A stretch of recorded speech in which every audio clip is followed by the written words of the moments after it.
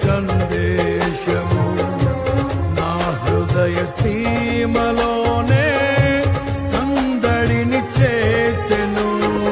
అనువనువును బలపరచే నీ జీవపు వాక్యమే ప్రతి క్షణము దరి చేరి